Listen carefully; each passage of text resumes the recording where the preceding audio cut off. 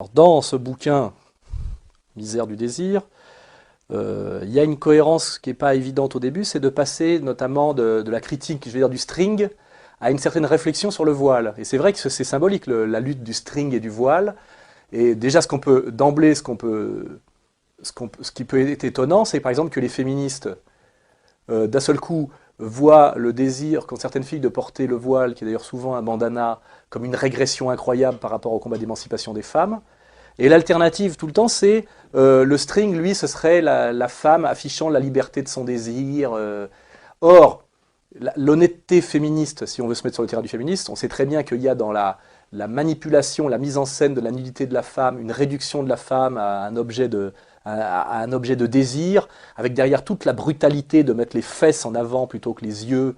Alors que là, on peut peut-être faire remarquer que vouloir porter le voile, c'est peut-être vouloir qu'un homme regarde d'abord en une femme l'être humain. Le premier contact qu'on a, c'est le regard. Hein, et tout ça, bon, même moi, si moi, en tant que Français laïque, le voile n'est pas du tout mon sujet, je suis étonné de la violence d'opposition à ce bout de chiffon, et qui en plus touche quelques centaines de personnes en France, et à quelle vitesse on a pu faire une loi et on a pu faire croire que ce voile menaçait la République. Et on matraque au nom du féminisme, en gros, des gamines qu'on essaie de sortir de l'école et qui réclament qui réclament un espèce de respect du corps et d'avoir le droit à une certaine pudeur et d'essayer de limiter le parasitage sexuel dans l'éducation nationale. Parce que moi, j'ai pas mal écrit aussi sur l'idéologie de la mixité. J'ai rien contre, mais j'ai dit qu'il n'y avait pas de projet pédagogique derrière.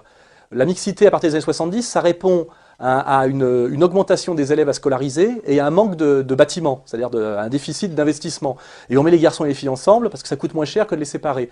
Moi, il se trouve que je viens d'un pays qui s'appelle la France, c'est une république, et la mixité qu'on nous vend comme une espèce d'idéologie positive de toute éternité, je l'ai découverte à la fin des années 60. Hein.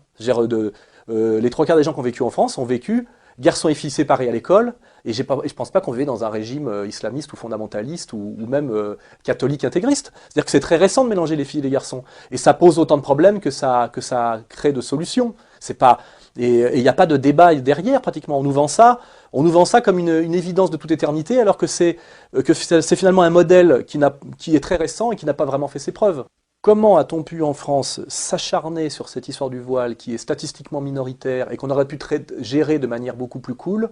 On aurait vraiment dit qu'il y avait la volonté d'aller au clash, et d'ailleurs qu'il y avait même l'espoir d'une radicalisation, on va dire, des musulmans sur ce sujet, qui d'ailleurs n'a pas eu lieu, c'est-à-dire que c'est un peu le coup à rater, et qu'il y a vraiment on sent vraiment qu'il y a derrière une exportation via cette histoire de loi sur le voile de ce qu'on appelle la stratégie du conflit de civilisation, qui est la stratégie boucho-sioniste en ce moment.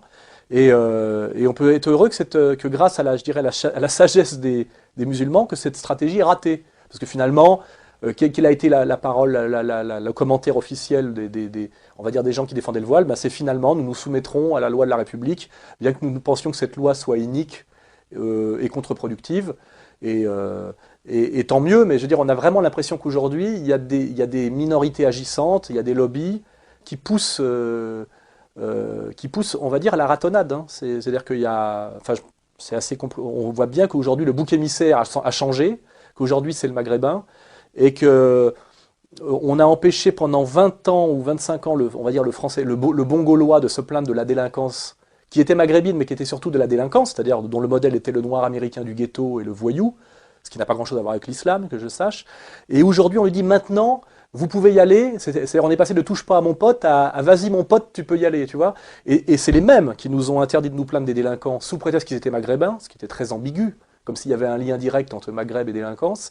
Hein, et que les pauvres, malheureusement, c'était une fatalité sociologico-historique qu'ils deviennent délinquants, et donc on ne pouvait pas leur reprocher, c'était très ambigu, hein, qui a été le discours sur le rap pendant 20 ans, et on est passé de ça à maintenant, il faut cogner l'islamo-violeur, quoi. Hein, et c'est les mêmes qui nous ont interdit de nous plaindre du délinquant, qui nous disent aujourd'hui que c'est devenu un islamo-violeur, à savoir en gros le PS. Hein, on est passé de touche pas à mon pote à ni pute ni soumise. C'est les mêmes derrière. Donc la question que je me pose dans le livre, c'est pourquoi est-on passé si vite d'une communication qui s'est inversée à 180 degrés? D'ailleurs, je vous pose la question.